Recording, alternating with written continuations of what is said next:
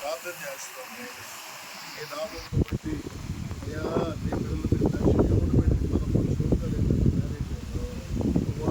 మీరు ఈ చిత్త ప్రకారంగా దేవుడు సేవకులు ప్రార్థన చేశారు. నాకు ఈ రోజే దేవుడు నాకు పిల్లలు ఇచ్చాడు.